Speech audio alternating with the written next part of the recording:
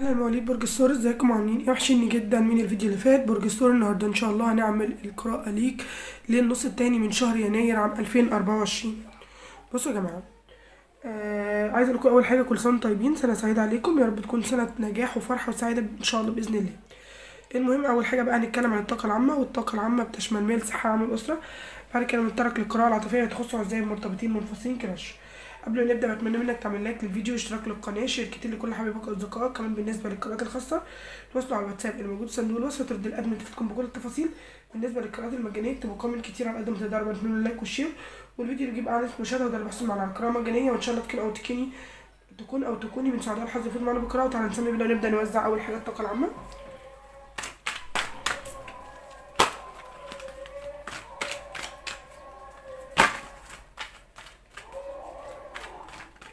بسم الله. طاقه عامه.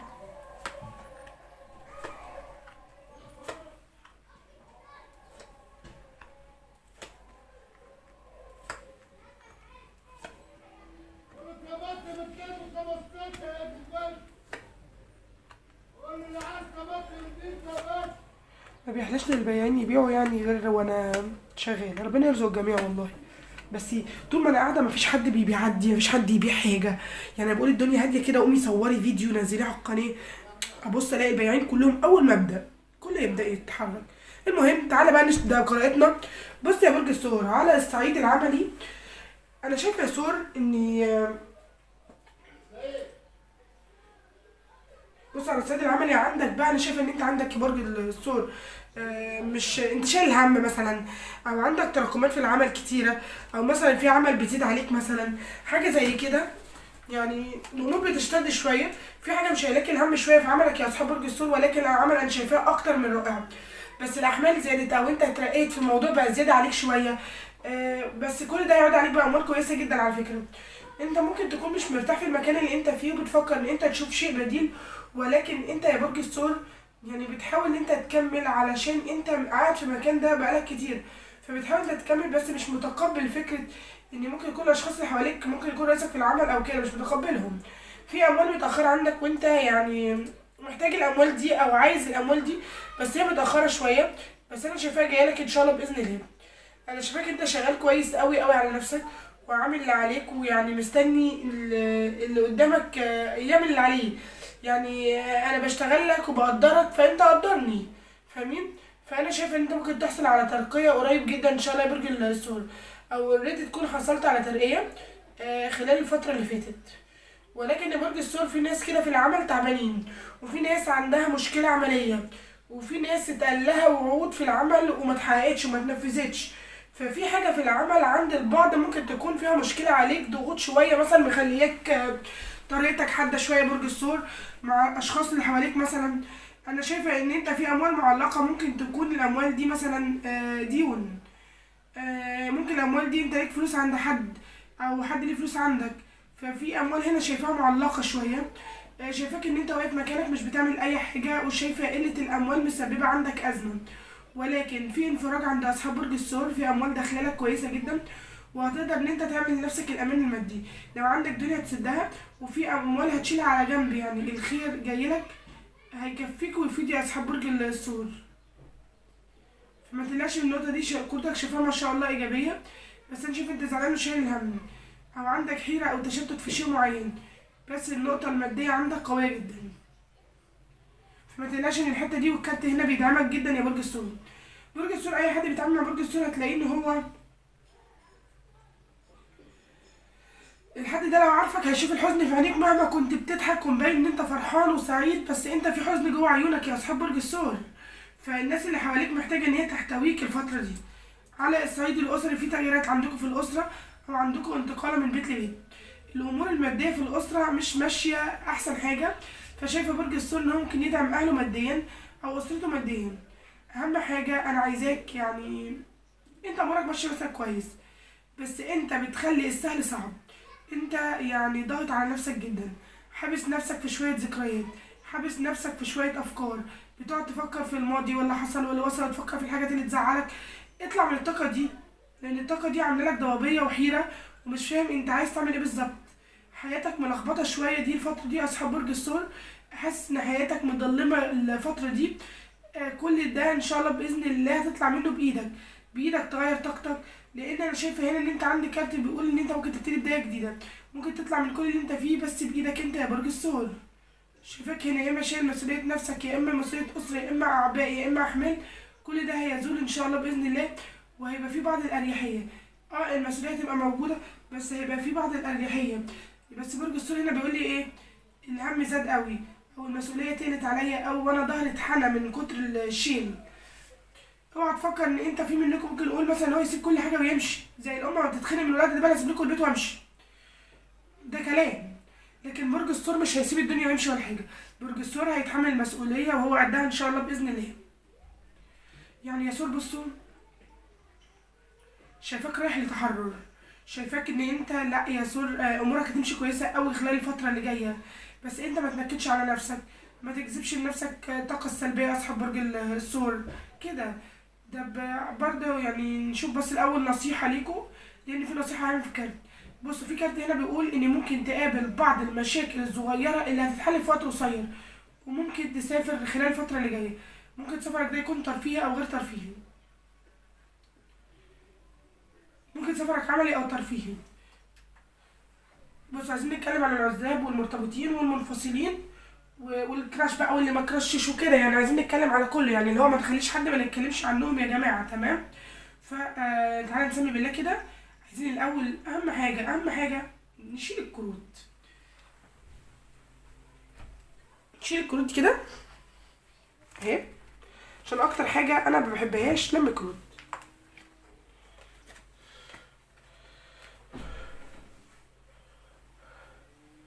عايزين نشوف بقى اخبار المنفصلين ايه. اول حاجه هناخد طاقه اصحاب برج الثور في 3 كروت، طاقه الحبيب في 3 كروت، ونحلل كل كارت بقى ايه، كل طاقه. شوف الطاقات هتقول لنا ايه. بسم الله.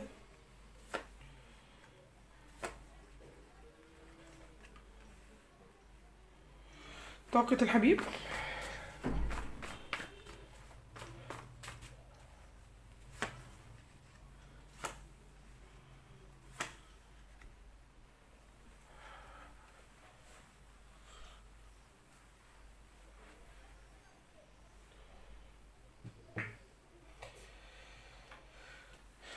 يلا نحلل كروتك.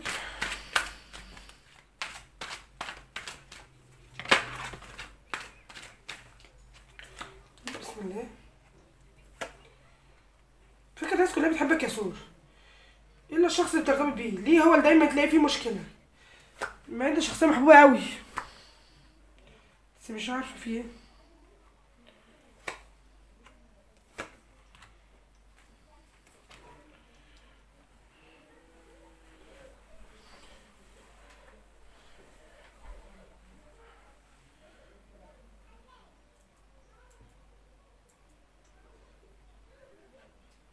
بعد رفع السيف، بعد تعرض في الظهر، شايفه ان في بدايه مبشره بالخير عند اصحاب برج الثور. لا انت عندك بدايه جديده جدا، وبدايه كويسه، وبدايه حلوه. وشايفه ان بدايه مع شخص جديد ان شاء الله باذن الله. يعني في شخص جديد جاي في طريق اصحاب يعني برج الثور، ويجي عجله الحظ يقول لك ده في تكمله. فشايفه ان في بدايه وفي تكمله وفي خير ان شاء الله. يعني انت ممكن تكون سبت الشخص ده ورايح لشخص جديد يا اصحاب برج الثور. والكلام برضو للبعض لان انتوا عشريات. تمام؟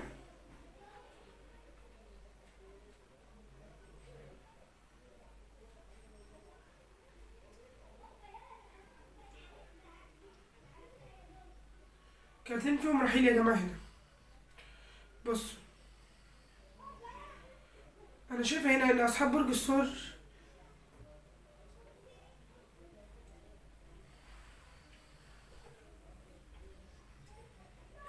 بص يا جماعه انا شايفه ان انت يعني هنا اصحاب برج الثور يعني مخنوق كتير من العلاقات الرفاهيه اللي بتقدم فيها كل شيء، ومش بتاخد منك غير وجع القلب. برج الثور عنده حيره بين طرفين او طريقين.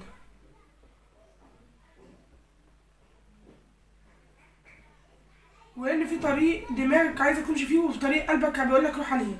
في طريقين قدامك او شخصين ممكن تختار ما بينهم، بس في حاجتين، وده اكيد للبعض. يعني انا شايفه برج الثور حاليا، شايفاك ان انت يعني زعلان ومنعزل ومش عايز تتكلم مع حد اساسا، ومش عايز تتكلم مع اللي حواليك علشان محدش فاهمك. اذا كان الحبيب هو اللي بعد او انت اللي بعدت، فالبعد نفسه عامل لاصحاب برج الثور ازمه. يعني انت لو بعدت او هو اللي بعد. شايف البعد عامل ازمه عند اصحاب برج الثور.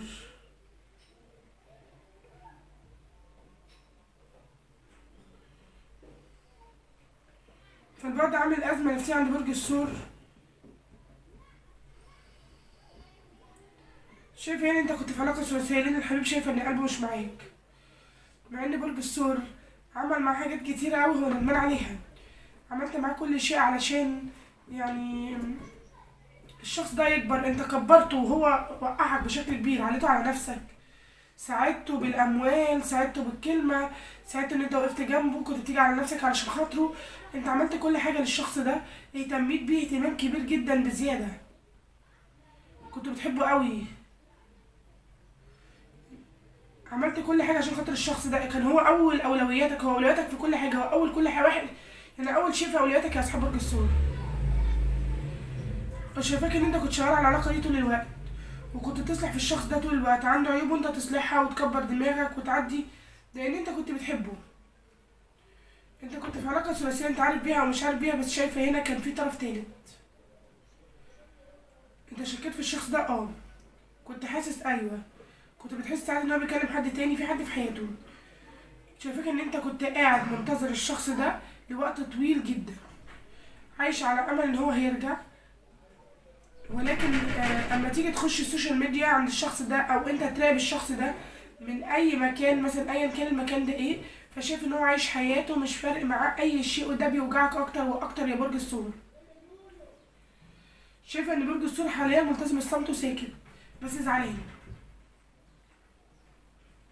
وكأنك يا ثور بتلف في حلقة مغلقة.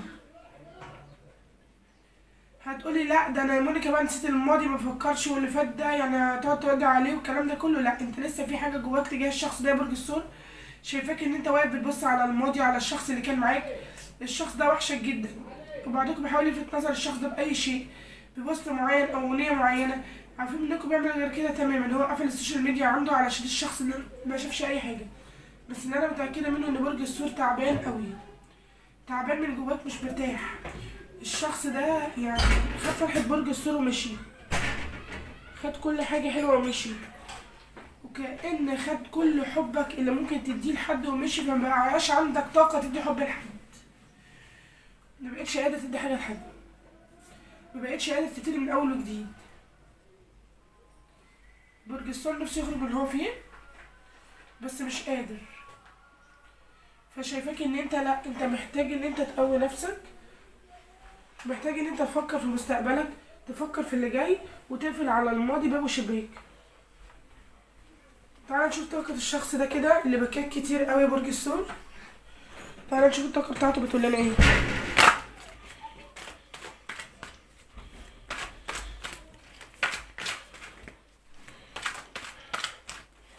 بسم الله.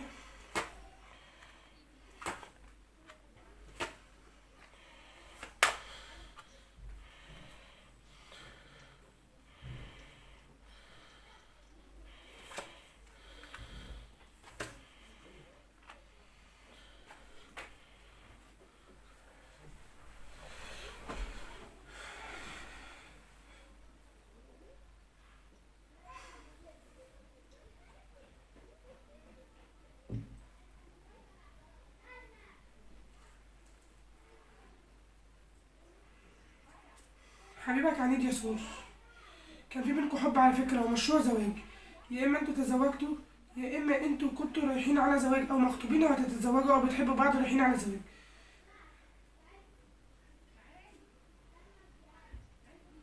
فانا شايفه ان انتوا كنتوا رايحين على زواج، والدنيا معاكم كانت ماشيه كويس قوي، ويجي طرف تالت يخش يخرب العلاقه ويدمرها.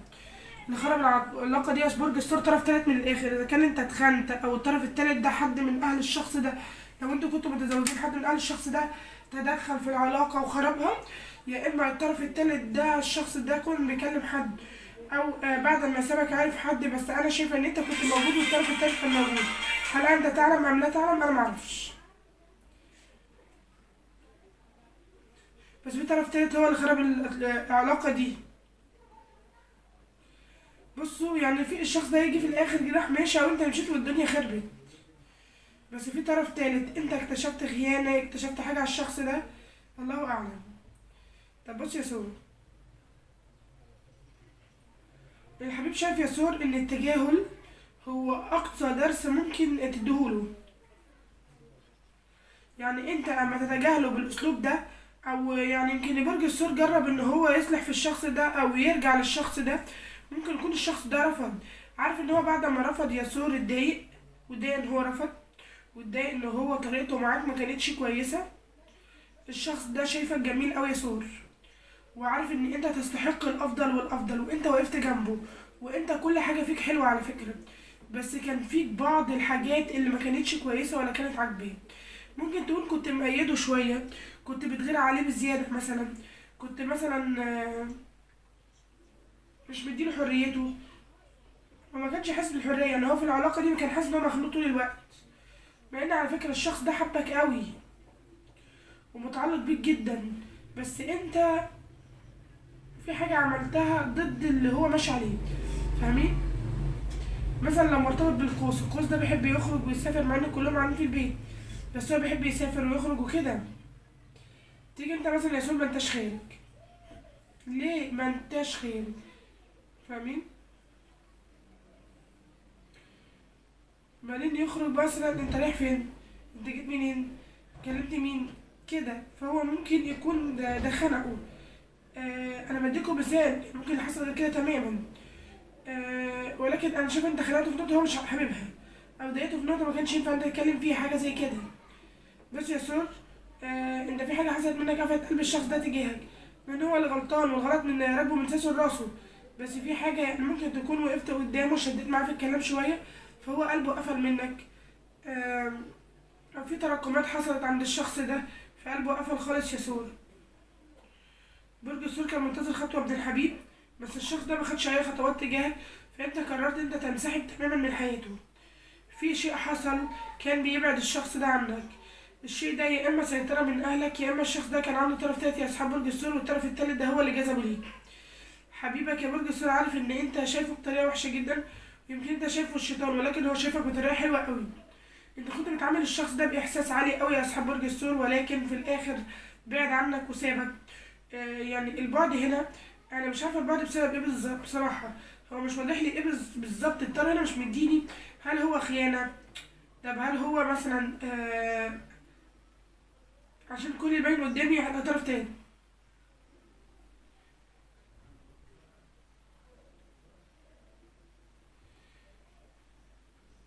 برج الثور هنا انا شايفاك انت مش عارف هو بيحصل معاك ليه كده. انت مفيش حاجه عندك بتكتمل، فانت حاسس ان في شيء غير طبيعي بيحصل لك. ممكن البعض مفكر ان عنده اعمال او اسرار حاجه زي كده، لان انا شايفه ان برج الثور مع كل بدايه جديده بتقول خلاص بقى هو الشخص ده وهو العوض وهو كل شيء، ولكن الدنيا بترجع تبوظ، او ده سوء اختيار منك يا برج الثور. شايفه ان الشخص ده شغال على نفسه عمليا كويس جدا. الشخص ده قافل على المشاكل بتاعت الماضي وقافل الباب تماما يا برج الثور، وعايزه اقول لك ان الشخص ده قطع كل الخيوط اللي كانت بينك وبينه. ويعني بص الشخص ده مفكرش غير في نفسه، والشخص ده حاسس ان العلاقه بينك وبينه ارهقته زياده عن اللزوم، فحاسس ان هو لا انا عايز اتحرر، انا عايز اعيش حياتي. فعشان كده بعد تفكير كتير وكبير قوي الشخص ده قرر ان هو ما يرجعش لاصحاب برج الثور مره تانية، لان هو عايز يتحرر. حاسس ان العلاقه دي خانقاه وعايز يتحرر فيها، مع ان اشهد للشخص ده ان هو بيقول عليك كل الكلام الكويس يا برج الثور، وشايفك بطريقه كويسه قوي، ولكن هو سوء التفاهم او سوء نية، هي حاجه معينه مش متفقين فيها، عشان كده حصل البعد ده، او الشخص ده في طرف تالت اتدخل في حياته وجذبه يا برج الثور. وممكن الطرف التالت ده يكون من الماضي، شخص هو كان يعرفه ورجع له، فالشخص ده ممكن يكون من الماضي او شخص جديد، ولكن الشخص ده كان بيكلم حد اثناء علاقتك ببرج الثور. برج الثور بكده نكون خلصنا القراءه بتاعتنا، اتمنى القراءه تكون منطبقه عليكم، اتمنى منك لايك للفيديو واشتراك للقناه، شير كتير لكل حبايبك واصدقائك. كمان بالنسبه للقراءات الخاصه تواصلوا على الواتساب الموجود في صندوق الوصف، وتبدا الادمن يفيدكم بكل التفاصيل. بالنسبه للقراءات المجانيه اكتبوا كومنت كتير على قد ما تقدروا، بعد ما اللايك والشير، والفيديو اللي يجيب اعلى نسبه مشاهده هو ده اللي بيحصل معنا على القراءه المجانيه، وان شاء الله تكونوا او تكوني من سعداء الحظ يفوز معنا بالقراءه. واشوفكم في فيديو جديد على خير، والسلام عليكم ورحمه الله وبركاته.